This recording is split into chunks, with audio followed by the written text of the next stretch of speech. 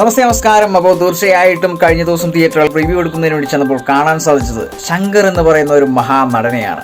തീർച്ചയായിട്ടും ഓർക്കുന്നുണ്ടാവും, മഞ്ഞിൽ വിരിഞ്ഞ പൂക്കളുടെ ലാലേട്ടനെ നമ്മുടെ കയ്യിലേക്ക് തന്നപ്പോൾ വീണ്ടും ശങ്കർ എന്ന് പറയുന്ന ആ ഒരു പ്രതിഭ ഒട്ടും തന്നെ മാഞ്ഞു പോവാതെ വീണ്ടും ഒത്തിരി സിനിമകളിൽ ഇപ്പോഴും മുൻപോട്ട് വന്നുകൊണ്ടിരിക്കുകയാണ്.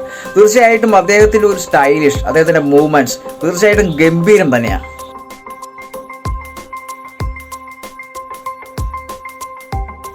ഒട്ടും തന്നെ മുഖത്ത് അഹങ്കാരം തെളിയാത്തൊരു നല്ലൊരു നടൻ എന്ന് വേണമെങ്കിൽ പറയാമെന്നുള്ളതല്ല, എന്ന് തന്നെ വേണം പറയാൻ.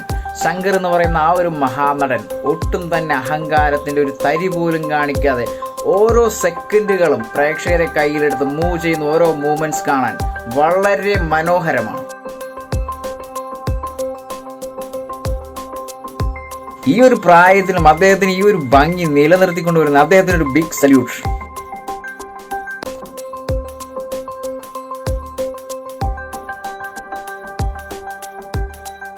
ശങ്കർ എന്ന് പറയുന്ന ആ ഒരു നടന്റെ മനോഹരമായ പഴയ ചിത്രങ്ങൾ കണ്ടാൽ അറിയാം യഥാർത്ഥ നടൻ അദ്ദേഹം തന്നെയെന്ന്.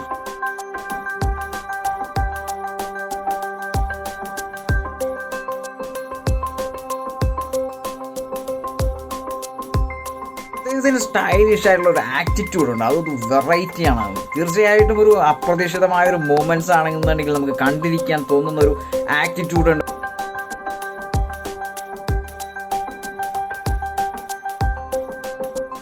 ഓരോ നടന്മാർക്കും അവരുടേതായ ഓരോ മൂവ്മെന്റ്സ് ഉണ്ട്. അതായത് തീർച്ചയായിട്ടും അവരുടെ നടത്തത്തിന് സ്റ്റൈലിഷ് ആയിട്ടുള്ള ഒരു നടത്തമായിരിക്കും.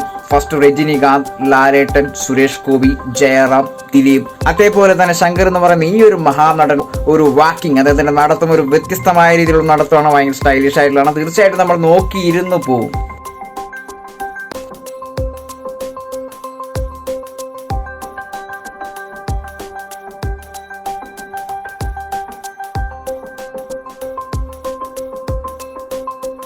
ഈ ഒരു ഏജിലും മമ്മൂക്കയെ പോലെ അദ്ദേഹത്തിന്റെ ഒരു പ്രസന്റേഷൻ തീർച്ചയായിട്ടും തിയേറ്ററുകളിൽ അദ്ദേഹം വരുമ്പോൾ ഒത്തിരി പ്രേക്ഷകരാണ് അദ്ദേഹത്തിനെ വെയിറ്റ് ചെയ്തിരിക്കുന്നത്. ഒത്തിരി ഫോട്ടോസ്, അതോടൊപ്പം തന്നെ മീഡിയാസ് കവർ ചെയ്യുന്നു. തീർച്ചയായിട്ടും ആദ്യ കാലങ്ങളിൽ ശങ്കർ വരുന്നത് ഇതുവരെ ഞാൻ കണ്ടിട്ടില്ല. തീർച്ചയായിട്ടും അതുപോലെ അതിനപ്പുറത്തേക്കാണ് ഇപ്പോൾ പ്രേക്ഷകരെല്ലാം ഈ പറയുന്ന മഹാനടനായ ശങ്കറിന് പുറകെ.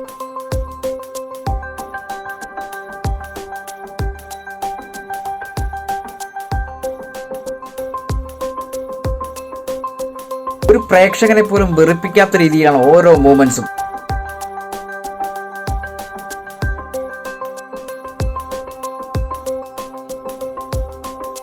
കാലങ്ങളോളം കാത്തുവെച്ച നല്ലൊരു നിധിയാണ് മലയാളി പ്രേക്ഷകർക്ക്. ഇപ്പോഴും മലയാള സിനിമ ഇൻഡസ്ട്രിയിൽ അദ്ദേഹം നിറഞ്ഞു നിൽക്കുന്നു എന്ന് പറയാൻ അഭിമാനം തോന്നുന്നു. വീണ്ടും ഒരു സല്യൂട്ട്.